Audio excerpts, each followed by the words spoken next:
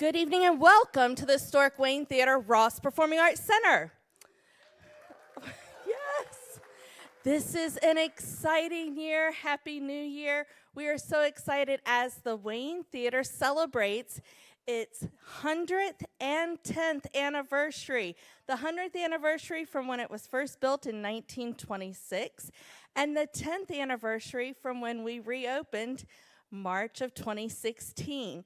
So what an exciting year it is. This past weekend would have marked the first event here at the Wayne Theater in 1926, and we all sang happy birthday to a full house of comedy, which is how the theater began, with vaudeville, and comedy was a huge part of that. This Friday night, we'll have the River City Radio Hour reunion. You might recall that was the show that we held at the Gateway right down the street here on Main Street that started getting people coming back downtown Waynesboro for some entertainment. So we're going to bring back all your favorites from that. And throughout this year, you'll see lots of significance of programming from throughout the best of the past 10 years and some relationships to the past 100 years. I invite you to join us for our gala on April the 18th at Hazy Mountain Vineyard, where we'll celebrate our anniversary and so much more. And at this time, we're also accepting sponsorships for that significant event. So thanks to all of you all for the past 100 years, and we cannot wait to kick off for the next generation. At this time, we are so excited to have our signature speaker series for science, and I'd like to introduce Max Quillen, who is on the board of the South River Watershed Coalition.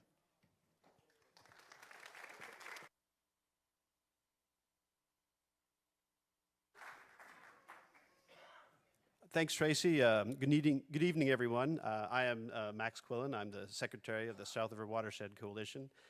And tonight, it's my honor to introduce the South River Watershed Coalition president, who most people in this room probably already know, since he is a fixture in our watershed community. Being our president, he's also been involved with Trout Unlimited for many years, professor emeritus from James Madison University. And just want to thank Dr. Benzing.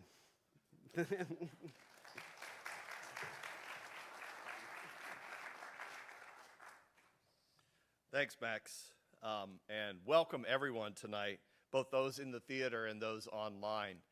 I'm especially excited about having a lot of students in the audience tonight, and our South River Watershed Coalition board members and volunteers as well. The South River Watershed Coalition is a sponsor of these talks together with the Virginia Museum of Natural History, and we will have both science and storytelling tonight. The first part will be a little bit of science. So your science lesson, I would have to have some sort of science lesson tonight, will be about watersheds. And I'd like to make sure we all understand what is a watershed.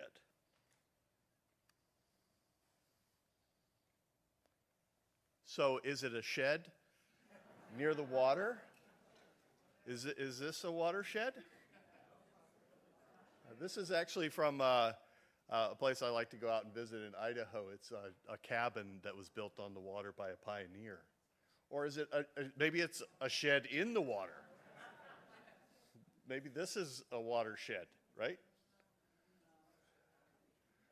Or a shed floating on the water, and this is, apparently there's a website where you can share your shed, and this happens to be one, I think it's in the UK. No, none of those are watersheds, and the term watershed is kind of confusing because it starts off with the word water. Everybody thinks it's the same as the waterway. So, in fact, a watershed is the land area. So it's the land that drains to a particular location on the river or other water body. I used to teach hydrology up at James Madison University, and this definition got drilled into my students' heads because I would say before every exam, the first question will be, define a watershed. So they knew what was coming.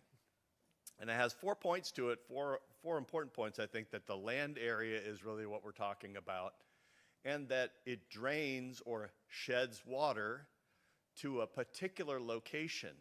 And that's important too. So I like to think about when you're standing on a riverbank, the water that's flowing by your feet there is coming from a watershed, all the land area upstream from that particular location. And if you go a mile downriver, then you've added more land area, and so the river generally gets larger as we go downstream. Our watershed, of course, for the South River looks quite interesting, and a lot of people have compared it to a boot or the boot of Italy. It goes from Greenville to Grottoes. I like that alliteration there, and it actually flows north. So our South River flows north. The toe of the boot is where Greenville is. The heel is Sharando Lake area and Back Creek joins the South River in Lyndhurst, upstream of Waynesboro. It then flows through Waynesboro. It takes about 25 miles from the furthest upstream point to get there, and about 25 miles to get from Waynesboro all the way to Port Republic, where it joins the North River and becomes the South Fork of the Shenandoah River. So the inspiration for this video that we're going to premiere tonight came from an experience that I had at Riverfest, and I assume many of you have been to Riverfest. It's a community festival that we host on the banks, usually late April. I think this year it's May 2nd on a Saturday. Brings a lot of people out, and we have plenty of activities along the river. This was from one a few years ago. One of those activities includes releasing trout. And we have a Trout in the Classroom program that's in over 200 schools across the state, where students at the beginning of the year, usually in October, get trout eggs, and then they get to raise them up in their classroom to the point where we call them fingerlings, and then release them to the river. And we get classrooms from all over the state that come to Riverfest because it's the nearest trout water to their school.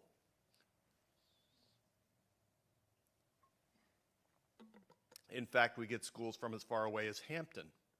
And there were a group of teachers from Hampton at this particular Riverfest that stopped by the table, and we were having discussions about the curriculum that they use, and I said, the water that flows right here through South River flows right by Hampton. And they were like, what?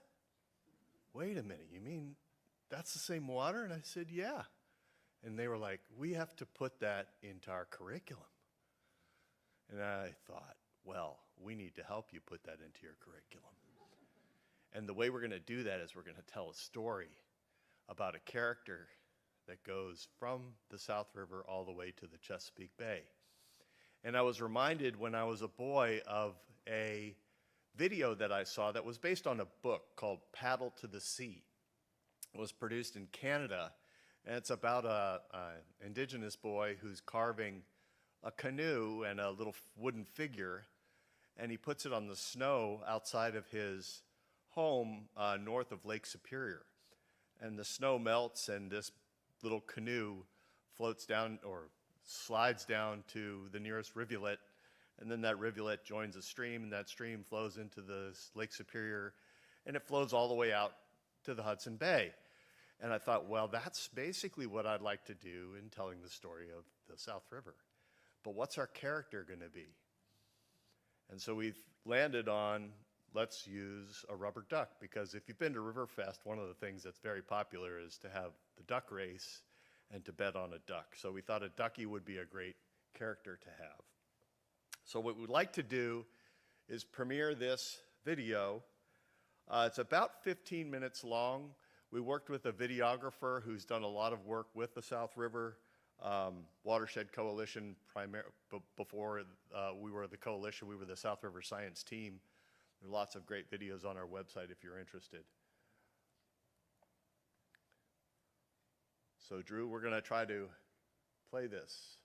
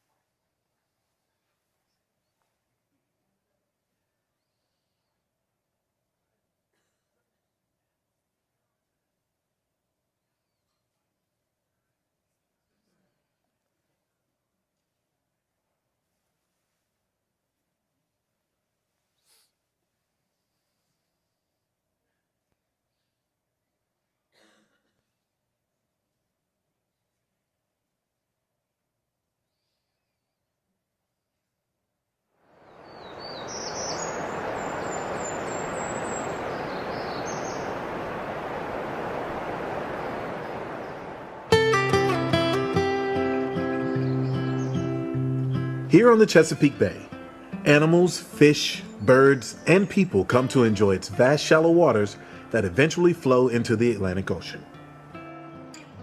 Along its beach shore, Chessie the ducky is quacking happily in the waters that she calls home.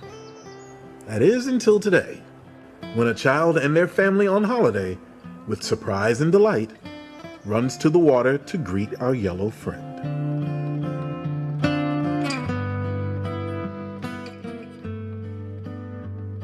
Thus begins Chessie's unexpected journey to a place far from the shores of the Chesapeake Bay.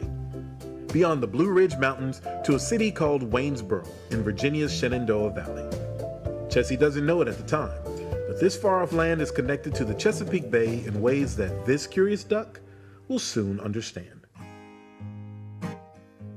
In the meantime, Chessie is becoming the child's constant companion. She learns to read, makes new friends. Chessie is enjoying her new life, but is also homesick for the waters of the Chesapeake. On a lovely afternoon in the mountains above Waynesboro, the child takes Chessie along on a family hike. Without realizing it, Chessie slips out of the child's backpack and tumbles to the ground. As Chessie watches her friend fade into the distance, the start of a long and exciting journey to find her way home begins.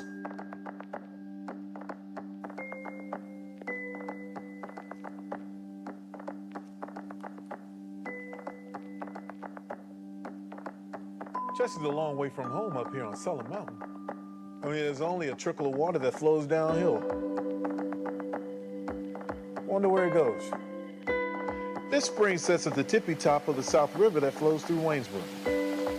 They call it the headwaters. Still, that is one lost ducky.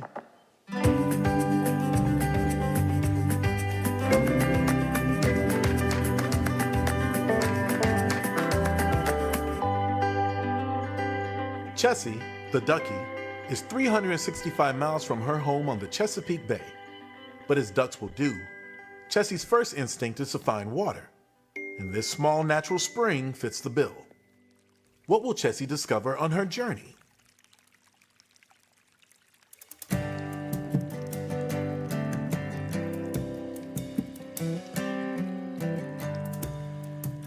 Chessie has an adventurous time trying to navigate the fast-flowing mountain stream called Pine Run, quite different from the stiller waters along the coast. Eventually, Chessie finds herself coming out of the deeply forested mountains of George Washington National Forest and onto a small river that winds through historic farms, an enduring legacy of Shenandoah Valley's rich agricultural heritage. Arriving in Waynesboro, Chessie encounters a fly fisherman casting his line in the water made colder by the influx of numerous springs. As Chessie floats along the scenic South River through the heart of Waynesboro, she discovers a city whose very identity is linked to the river. She sees people fly fishing, paddlers floating its water trail, and people walking, running, biking, and strolling along the South River Greenway. In fact, this river is designated as a state scenic river in Virginia, a testament to the importance to the community. Chessie now passes the towering smokestacks and factories from Waynesboro's industries, both current and historical, and on the other bank, a large park with native grass, trees, and pollinator habitat come into view. Much of this thriving green area used to be a vast parking lot. Now, it's transformed to a riverside parkland, the South River Preserve. Chessie even floats upon Riverfest, an annual celebration along the South River, and even decides to join in its popular ducky race. Chessie would like to linger in Waynesboro, but she's anxious to get home. Before leaving, Chessie learns from Tim just how the South River is connected to the Chesapeake Bay. So watershed address, you find your closest stream or river and you begin going downhill. And you go downhill on your map until you can't go downhill anymore and you've reached the ocean. And so our watershed address would be standing here South River, and then as it joins the Middle River, forms the South Fork of the Shenandoah, which then joins the Potomac, which then goes to the Chesapeake Bay, which then, of course, is with the Atlantic Ocean. So that would be our watershed address standing here at the edge of the South River. Probably one of the big ideas that we're all connected, and that anything that happens in Waynesboro is going to show up in grottos, it's going to show up in Luray, it's going to show up in the Chesapeake Bay. And so those ideas of, well, wait a second, what you do here does matter. It does. So, Chessie thinks this river goes to the Chesapeake Bay. It can't be that far away, can it?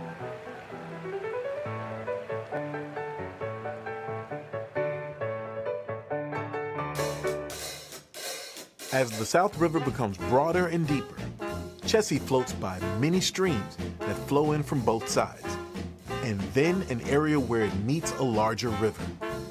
This joining together of two rivers is called a confluence, and this one is where the South River joins up with the North and Middle rivers at Port Republic. The combined river is called the South Fork of the Shenandoah.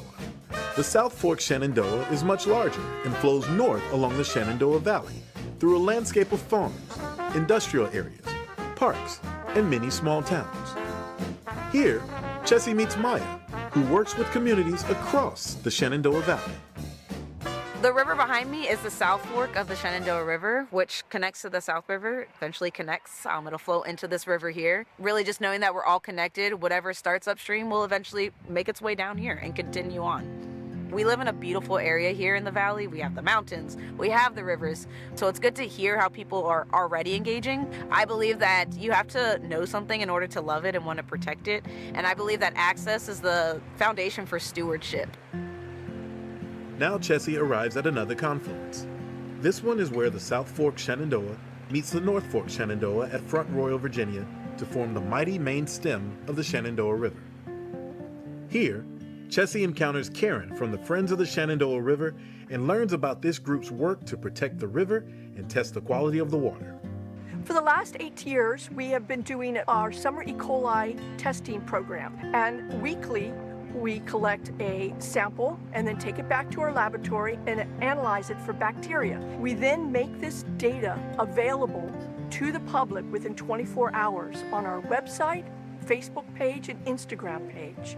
We want the public to be able to make an informed decision before they go recreating in the rivers.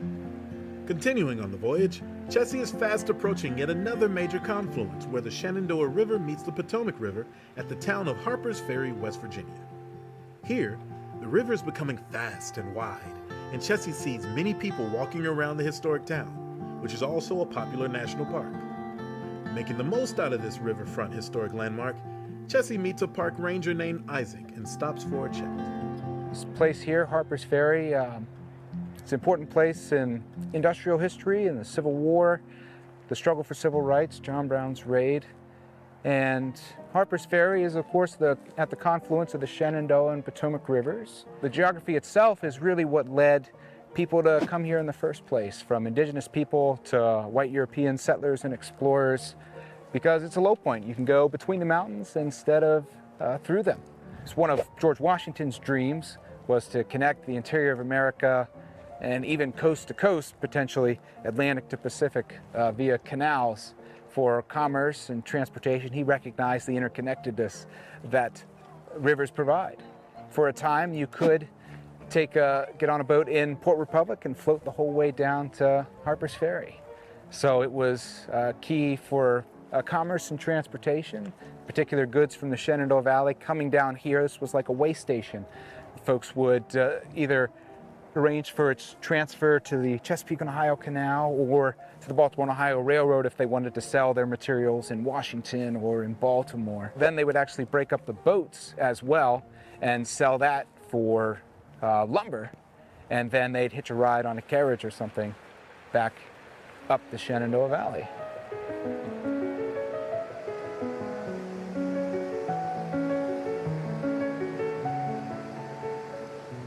Chessie should be arriving any minute now. but I can imagine she's tired after such a long journey. This is Great Falls above Washington, D.C.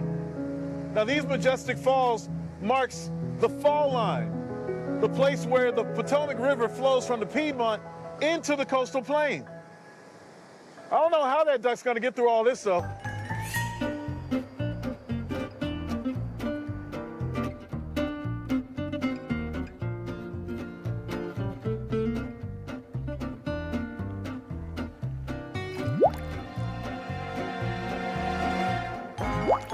Good thinking, Chessie. You know, millions of people either walk or bike the 184.5-mile Chesapeake and Ohio towpath, a trail that follows the historic path of canals that were operated from 1828 to 1924. Now, those same canals also carried canal boats from as far out as Cumberland, Maryland, to Georgetown in Washington, D.C.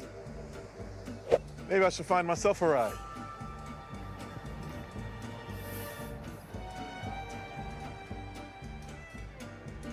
While floating down the Potomac River, Chessie spots a familiar sight on the horizon, the monuments and skylines of our nation's capital, Washington, D.C. Here in D.C., Chessie is all of a sudden in a wide river with people, cars, boats, bikes, and large buildings all around. Chessie stops at one of the outdoor cafes in Georgetown for a quick refreshment to continue the journey.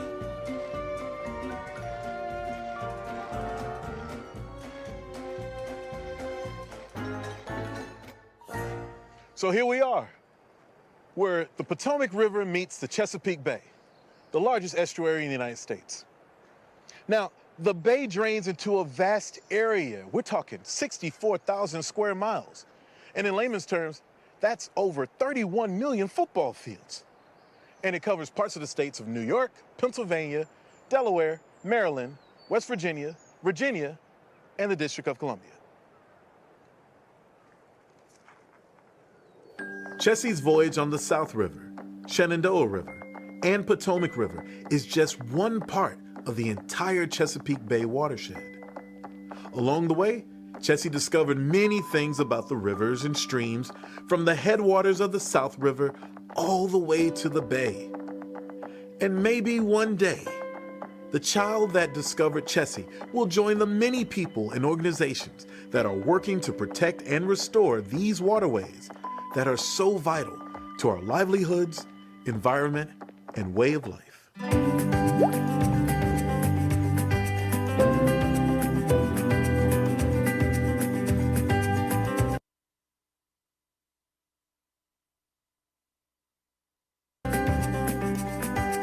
To learn more about the South River, its watershed, and the South River Watershed Coalition, visit southriverwatershed.org.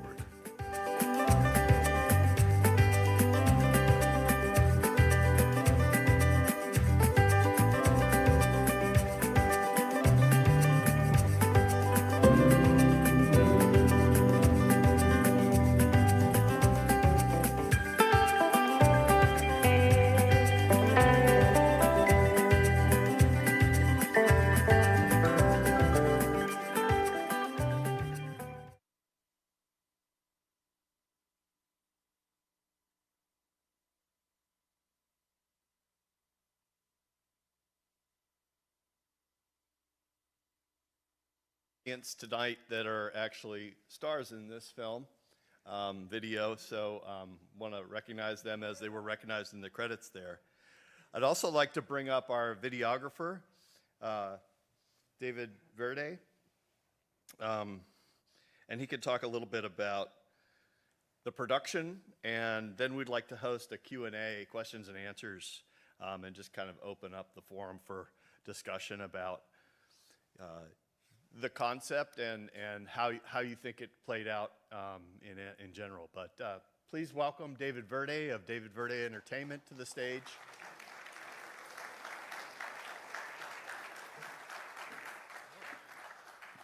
That worked out all right. Here's the handheld. All right. I think it's on. It is? Maybe. There we are. Hello. Good evening, everybody. I can't see. I see there's Ruby, I think. There we go. All right. What'd y'all think? Yeah, like that? There we are. I can see faces now. Yeah. I appreciate you all coming here and watching that.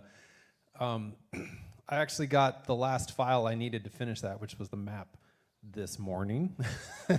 So it's the nature of the beast sometimes. But it was a really talented graphic designer I've been working with, and so I had to wrap around his deadlines to get that map. But yeah. This way just a little bit, because we have an online audience. Oh, okay. Hello, online audience. So nice to see you all too out there in the interwebs. But yeah, so what should I tell you all? Well, how long did it take to do the project? We started, I think it was a couple years ago, maybe even? Yeah, actually, we brainstormed this project. I think it was late 2023, and excuse me, 2024. And so it was the summer of 2024, and we actually did our initial filming in October of 2024. And a lot of times what happens with this particular video, with our long form videos, we actually usually film a series of interviews. So we have our general concept. And so the concept was based on the Paddle to the Sea video. But we didn't sort of know like what subject matter experts, like the people who know their stuff, and what we can take from that to create story. So we did those interviews, and it was a delight to travel up to Harper's Ferry and make a couple stops along the way. And from there, when it's sort of a process of staring at those interviews and making sense, and then finalizing our idea. And so it took about, I guess it took about a year. Yeah, year. Well, excuse the holidays, but yeah, it took us about a year. And that's about typical for these particular videos. If you've watched some of our other long form videos, they're all the ones that are around like 10 minutes or so. All of those videos take about a year. It's a lot of coordinating, a lot of brainstorming, and a lot of passing to the organization to make sure it fits the model, but also it's a lot of logistics, and sometimes we have to fight the weather. I can get really into the nitty gritty, but there's lots of scenes where it was the dead of winter, and we had to like really punch in close to make it look like the best, or like to ignore the dead trees and the grayish gloom of winter, so that way it would look nicely with the greenery that we filmed on other times. So, but yeah. Yeah, and we had some characters in there that you saw that are in the audience. Karen Anderson and Maya Alexander and Tim Wyan have been partners with the South River Watershed Coalition for a while. And then I had some ideas about what we wanted to see. We definitely wanted to show off the fishing because that's what I do. So you might have seen the cameo of me in there fishing. We also wanted to show. And we could have spent more time on this, but when Ducky first comes down Pine Run and goes through a culvert and then falls out the end of the culvert, right now we're doing a lot of work on how those are barriers to movement of a fish and aquatic organisms up and downstream, and how we'd like to replace those culverts. So I think there's a lot of teaching that we could do once we get a chance to like develop curriculum around some of the scenes that you see there. There's a lot that we could expand on. I don't know if you want to talk about any of the production challenges you had. Dave was telling a story over dinner about your boat trip on the Potomac. Oh yeah. Well, I do want to say again, the movie magic part of this, when we're trying to fight weather, Ruby and AB, they played our first family, and that was on the coldest day in November. Was it like, it was like literally the coldest day in November, and it was don't show exposed skin kind of day. And I don't know if you saw, but they definitely had some exposed skin. So it was a lot of team effort, but that's a logistical challenge. But the duck in the Potomac. So I had this idea. I paddleboard by that's one of my hobbies, and so I've actually paddled the Potomac out in front of DC quite often. Anytime I'm up there, I'll do it. Did it this New Year's, and it's a real fun place to paddle. And I was like, well, if I really want to put the duck in front of the Lincoln Memorial. And I'm like, so if we have to, I'll take my paddleboard out there and a camera, and I'll just like push it down, and then I'll like paddle away and film it. Well, the perks of being in the paddleboard community, especially the whitewater, I do run rivers, and so it's a very small community, and one of my friends happens to live in at the wharf in the Washington Channel. He lives in a boathouse there. And last minute, I'm like, hey, Jason, I'm coming to DC to film, and I want to put this oversized basketball-sized yellow ducky in the Potomac and float it by a bunch of monuments. Are you busy on Friday, and can you take us out on your tender? And he's like, no, but I'll send an email out to the listserv, and somebody will surely take you out. And literally, a person, I've met some of his neighbors, but this particular woman I'd never met in my life, and she's like, I'll take you out. And so, yeah, we just showed up one morning, a Friday after filming, and out by the channel, and a person I've never met, nor Dave, and I met in our lives, shows up in her dinghy, and we took us up the Potomac, and we took our little yellow ducky and put it out in the water. Also, that we have 2 ducks. Well, actually, we have 3 now, so one of them is Ruby's. We have 2 ducks, though, we use for production. One of them is our, like, glamour ducky. It's like the pretty one. Then we have the stunt ducky, and the stunt ducky, the stunt ducky has, like, stuff underneath it. I had to, like, create rudders. I, like, took aluminum cans and cut them and used this, like, super sticky waterproof tape so it would like not spin in circles, because when we went out the first time it would just spin, and so I'm like, well, a rudder, you know, I used to sail, you know, it needs a rudder, and then it would flip, and so then I got these like super massive like deep sea fishing weights for and I taped that to the bottom so that way it didn't tip. But anyway, so the ducky that you saw on the Potomac River is actually our stunt ducky, and it has a little hook on it, and there's a fishing rod that we take out there, and it just has like heavy fishing line, and so we're actually reeling it in, and you just keep it under the water when it's going on. But yeah, so it was pretty funny to get those shots in the Potomac River. We just went out with a stranger and had a good time. Actually, we that was the first time she took her dinghy up the Potomac, so we helped her achieve a goal. Yeah, but anyways, those are some of the weird things when you have lofty ideas and very, very nimble budgets. You're just like, how are we going to make this work? And phone in friends. That's what you do. Well, maybe we can open it up for a few questions. I will also say that for those that want to stay a little longer, we will be able to screen Paddle to the Sea, which, as I said, was the inspiration for this. It's about a 28-minute video. We got the film rights from the National Film Board of Canada to do this. So you're welcome to stay. You're welcome to leave after the Q&A, but let's go ahead and thank David, and then let's have a little Q&A, and I can chime in as needed. I think there's a couple mics in the crowd, so if you would please use the microphone, because we do have an online audience. If you have a question, just raise your hand. Sweet. So I'm curious about the next steps. What are you going to be doing with this video? It's intended for education, so one thing we want to do is distribute it to the schools, and I think we'd like to spend a little time developing curriculum around it. We could certainly use a hand, so if there's somebody in the audience who has energy around that, we'd love to have it. And of course, I definitely want to get it to those Hampton teachers that inspired me to do something like this to help them in their classrooms. Okay, go ahead.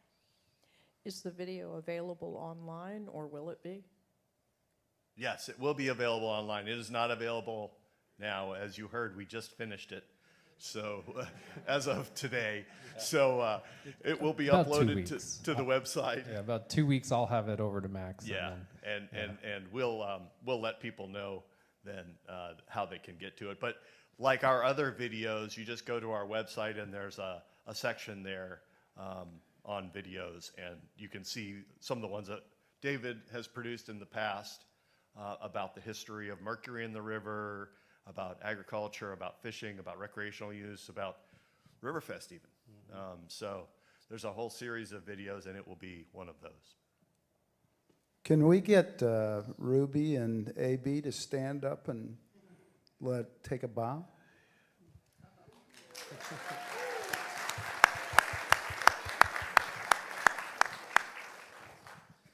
It was very cold. I want you to to ask Ruby, are you 9 or 10 now?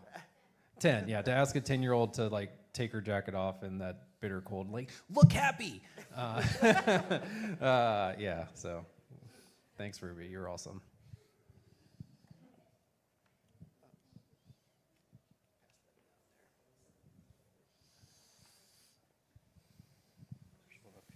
Tracy.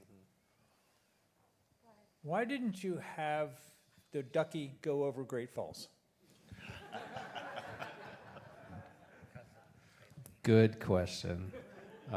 We should have probably purchased a couple ducks and then really went for it.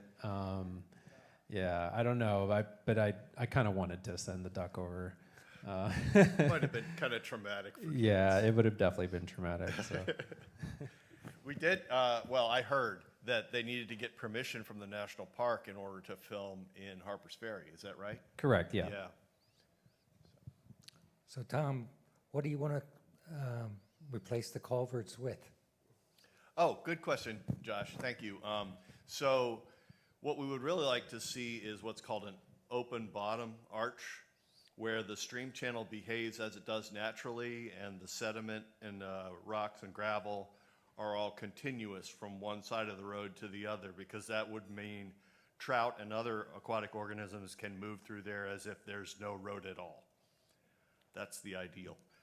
You know, what we often see is far from ideal. It's culverts that are under-designed, and it's not only an issue for aquatic organism passage, but it's also an infrastructure issue. As we learned, you know, in big events like Hurricane Helene, roads wash out if they aren't properly designed. Those crossings aren't properly designed. So we're going out and doing a lot of survey work. If you're interested in doing or learning more about that whole thing, Virginia Council of Trout Unlimited has a website with a link. We're not as informed on this as y'all are, so at dinner we discussed, wonder how long it took to make this journey, and did the duck have to stay at hotels overnight sometimes? Yes, yeah, the duck did stay at some hotels. So I think, let's see, so we probably did, Dave and I think did 2 or 3 trips. So it was the Harper's Ferry trip, and then we went to Washington, D.C. to film with Sean, our host. And then I actually went back 2 other times, and I think I had to do like probably 2 or 3 pickups, as we call it, where I went and got like B-roll footage. So it's kind of crazy that sometimes these things take such a long time, but a lot of it is writing and getting feedback. And so when there's requests for changes or sort of like making sure something makes sense, we have to go back out and do it. So even though it does take a year, it probably was maybe like 10 to 15 days of actual filming. But editing this particular video is many hours. Yeah, all I did today was like the map thing, like kind of animated the duck in the map and then did a couple of things, and that was 10 hours. So, yeah. We do, I think we've talked about this, entering this video into some sort of competition, isn't that right? Oh yeah, yeah. So once the video is nice and polished, which I'll be doing next week, we'll submit it to like topic-specific film festivals. So there's like the Wild and Scenic Film Festival, but there's a lot of other ones that are geared around advocacy and natural history that will be really appropriate. And what will be really great about those is that if it's selected, it'll get screened by an audience, and particularly some of these, like the Wild and Scenic Film Festival, some of these are actually like tours, and so they'll get shown at different events that are intended to sort of activate the community within outdoors and nature conservancy and stuff. So it'll be really neat to see what it does. I had a film that was for a project down in Jonesboro last year, and I submitted it to 15 film festivals. It got selected for 5, which is sort of the nature of the game. But this one, actually, I think just because it's so specific, it should do really well once I figure out which festivals that it's suited for. So that'll be really exciting, and hopefully, you know, be some nice community pride. And since Waynesboro is pretty well featured in this particular video, so that'll be really fun and exciting. Maybe time for one more question. Do we have another question out there?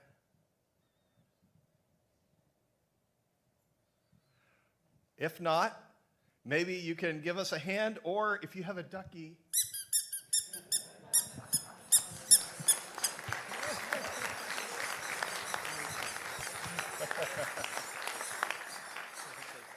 Huh? Thanks so much. Yeah. And you're welcome to linger. We are going to show Paddle to the Sea, so maybe in about 5 minutes or so, we'll go ahead and start Paddle to the Sea. It's about a 28-minute long film, very similar to this one in that it documents the travel of a character from headwaters to the sea. And so, as I said, it was an inspiration for this. And thank you for coming tonight. Look forward to seeing you in February for our Science Talk series.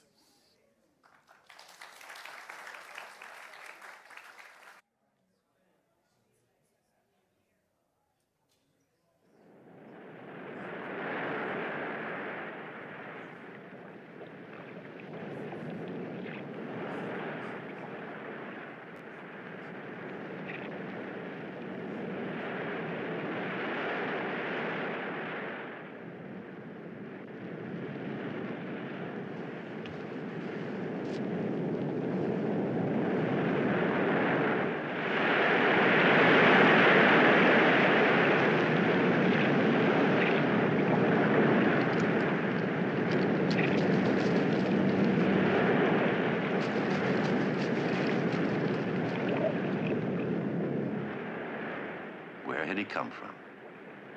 How did he get here, this little creature called Paddle to the Sea?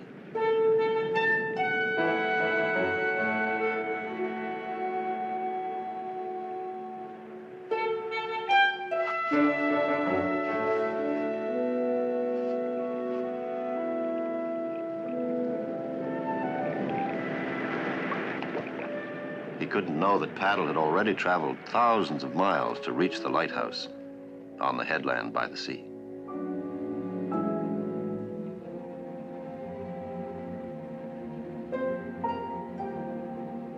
He had traveled past the Gaspé, past Quebec City, further than Montreal, further than Toronto, further than Lake Huron.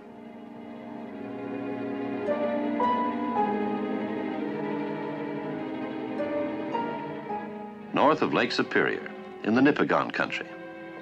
That's where Paddle was born one winter, in a little cabin deep in the woods. Now, that cabin was not only far away from the sea, it was also far above the level of the sea. And that's why the boy who lived there got a cedar log from the woods and started to carve Paddle to the Sea.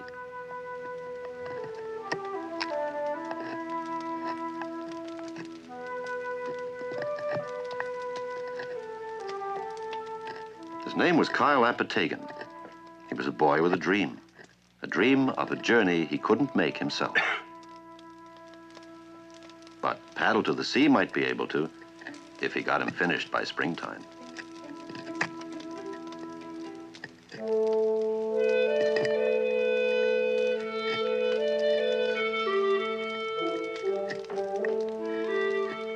Kyle had learned in school that his home was on the height of land. And that meant from where he lived, all the streams and rivers and lakes flowed down to the sea. Now, if that were true, then Paddle should be able to just float all the way down to the ocean. Maybe.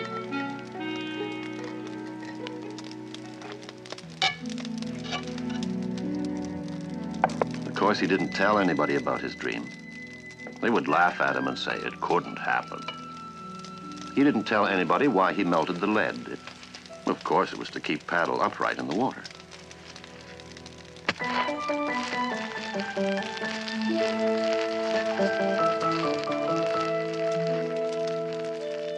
And he didn't tell anybody why he carved on the bottom, "Please put me back in the water."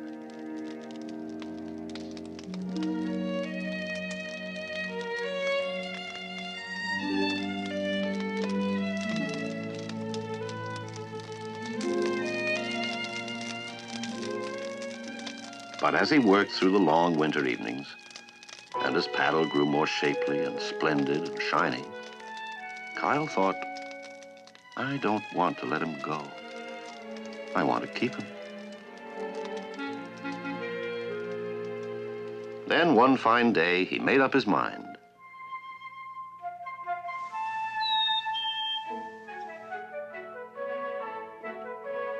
I made him to go on a journey when the ice and snow have gone from the rivers. go he must.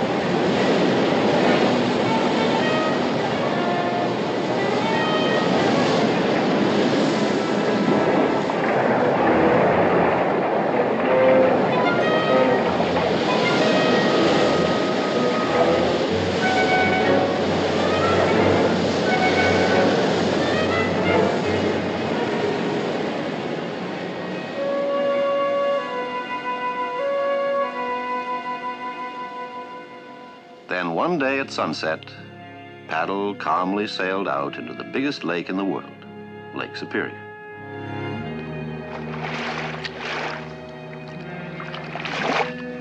But Paddle couldn't paddle, of course. He was completely at the mercy of the wind and the waves.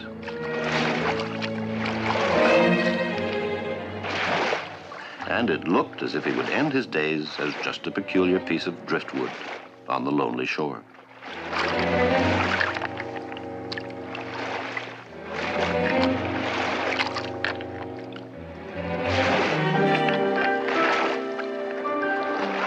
He got away, but his troubles weren't over by any means.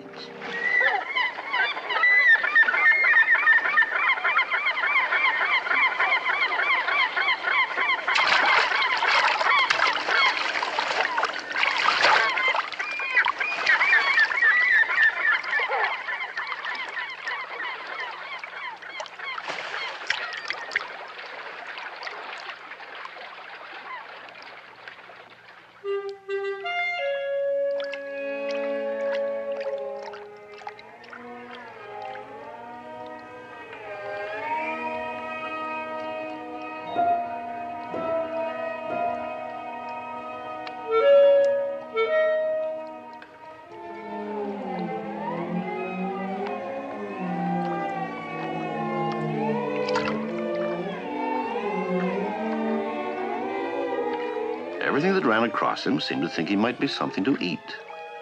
But it wasn't Paddle they were after, really.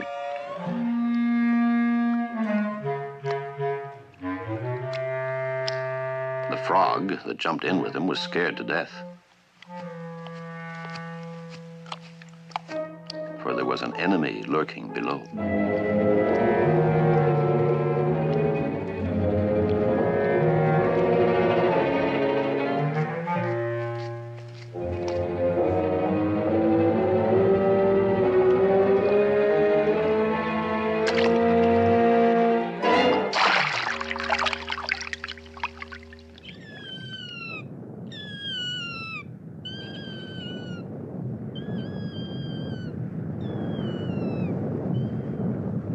Paddle could float, for he was made of wood.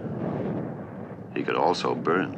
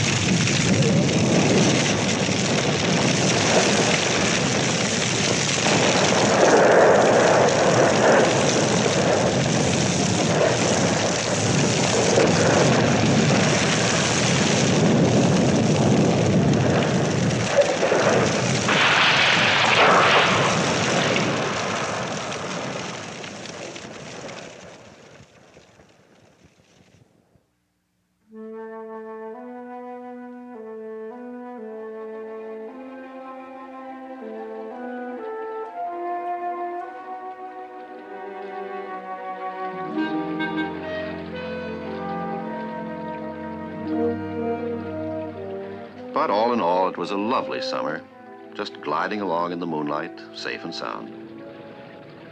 Safe? What was that great black thing looming?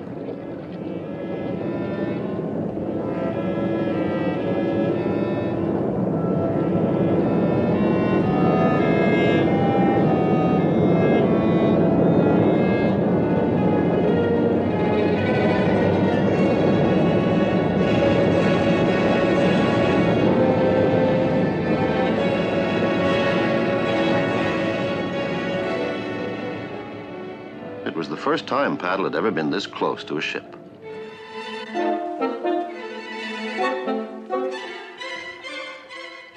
Even though no one had ever even noticed him, Paddle, like the great ships, was also on his way to the sea.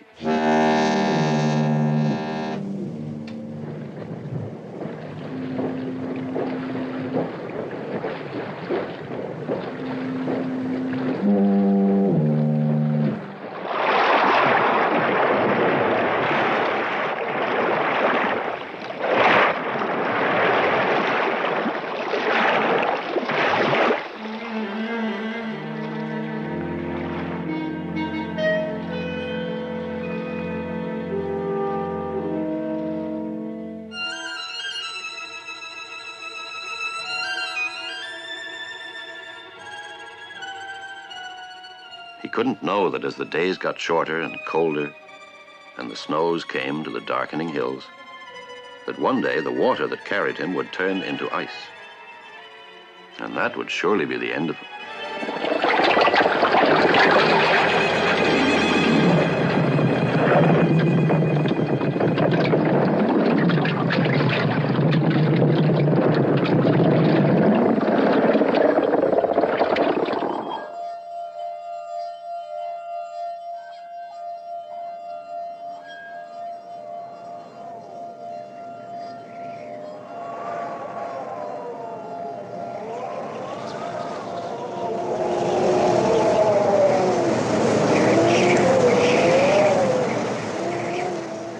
And there came a day when Paddle disappeared completely, gone without a trace.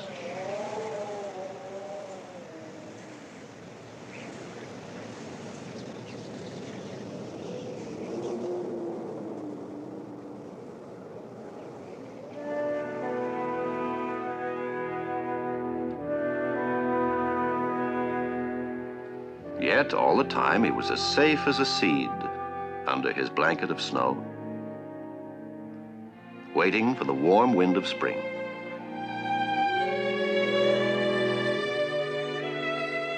Waiting for the sun to release him. And one glorious day he was free again. Free to travel on into the land of people.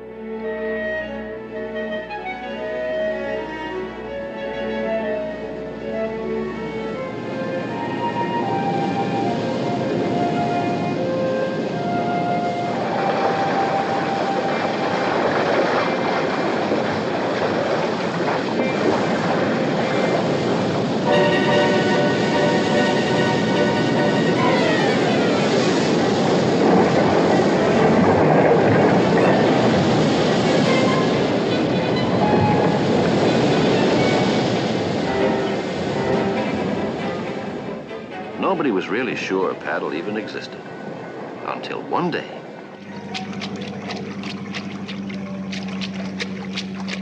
Quite by accident, he was caught.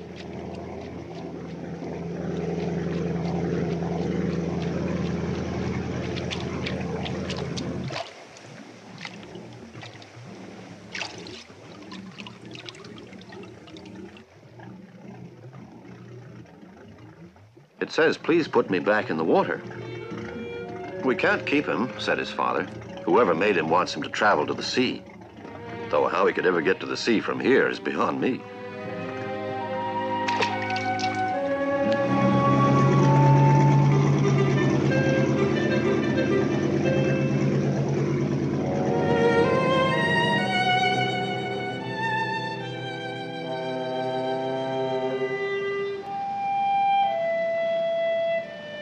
In all the time he'd been away, Paddle had only got as far as Detroit, still almost 1,500 miles from the ocean.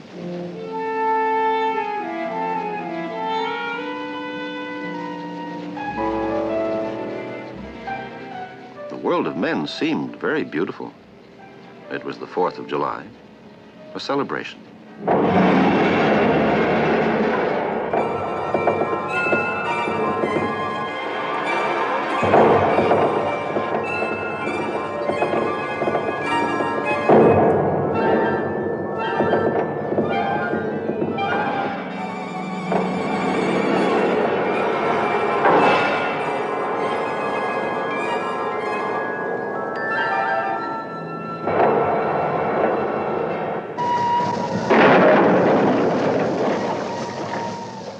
But for a little creature like Paddle, the world of men was also very dangerous. Dangerous and dirty.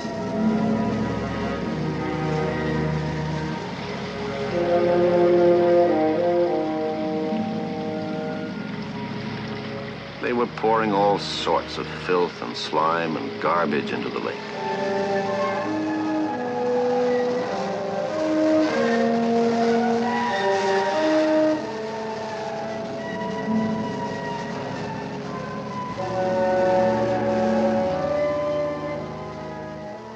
Worst of all, ahead of him lay Niagara Falls.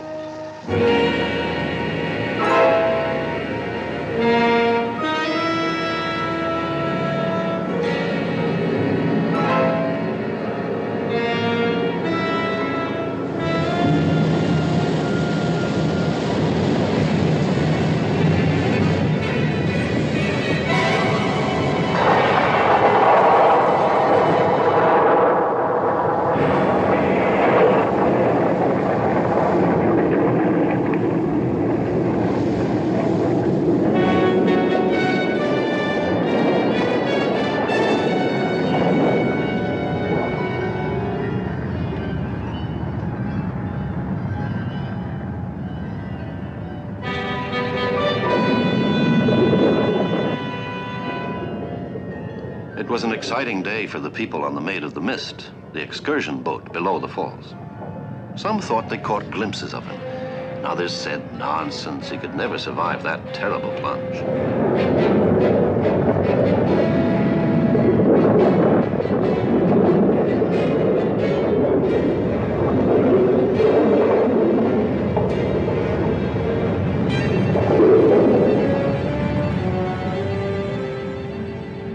And then, just when his worst troubles seemed to be over, he disappeared.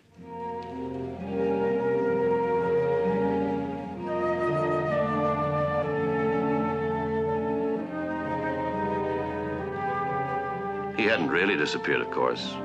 He was gliding through the night in lonely, hidden places.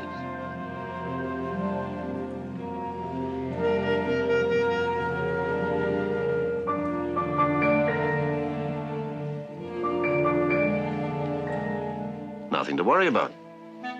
Unless that beaver decided to use him for building a dam.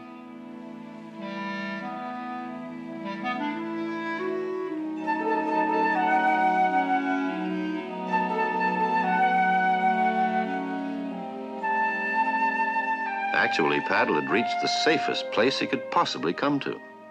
It was a wildlife sanctuary where all creatures are protected.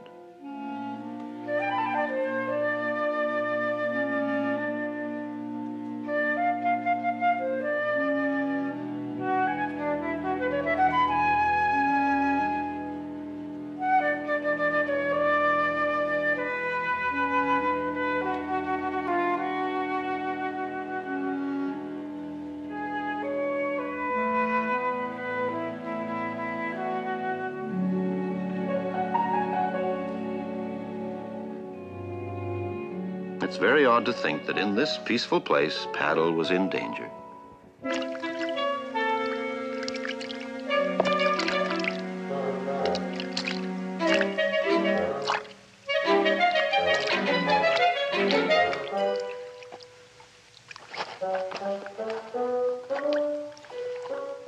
The little boy didn't know how to read yet. For him, paddle was just a wonderful toy he had found by chance.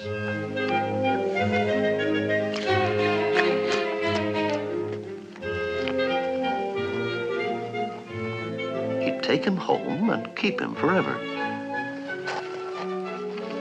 And then he made his big mistake. He decided to play with him first.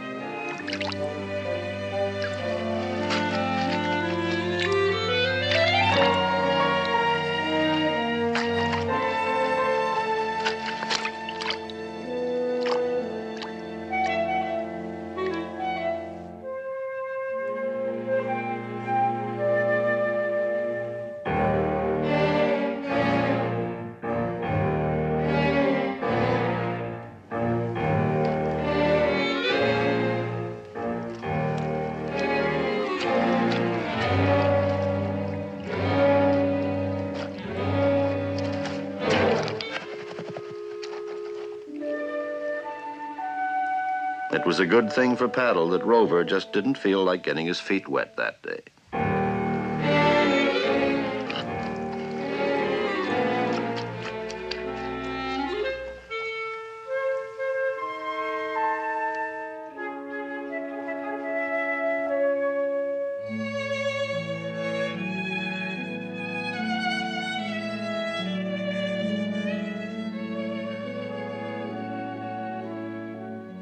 Paddle was free, and ahead of him, only one last big barrier.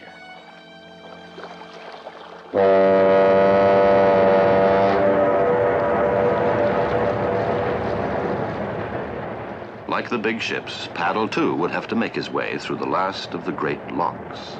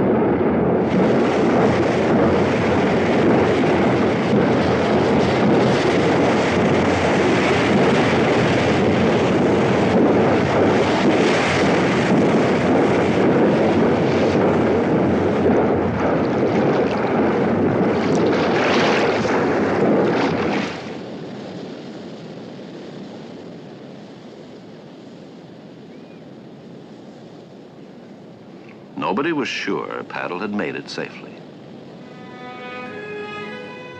Nobody heard of him for months.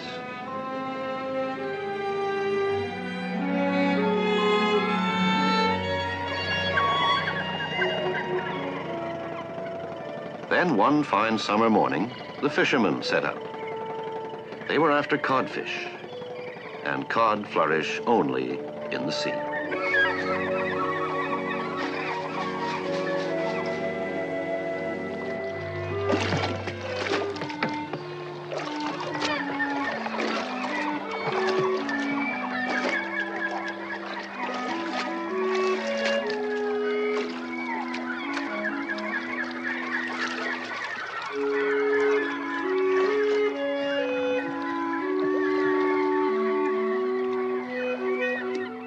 In all his long life, the fisherman had never caught anything like this. Paddle had been in the water so long, all his paint was gone, but you could still read, "Put me back in the water."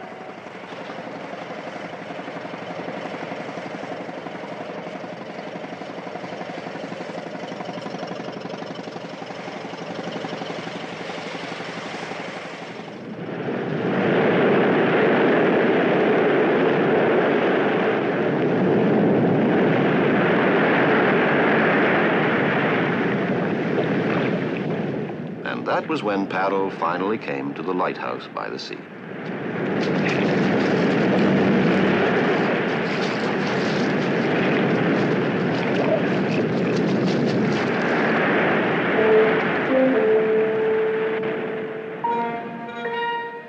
The lighthouse keeper has a rather lonely life, so he was absolutely delighted to find Paddle. Paddle would make a wonderful addition to his collection of model boats.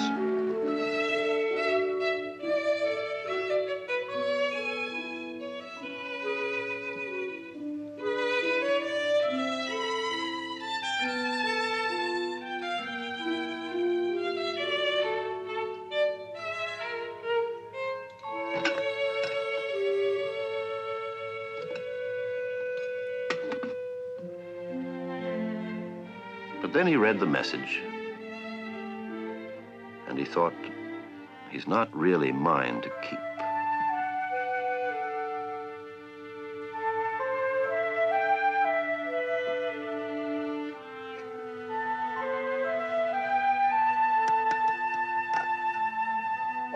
He thought of the great currents in the mighty oceans. If I put you back, someone might find you someday in a cold fjord in Norway, or on a warm beach in Africa.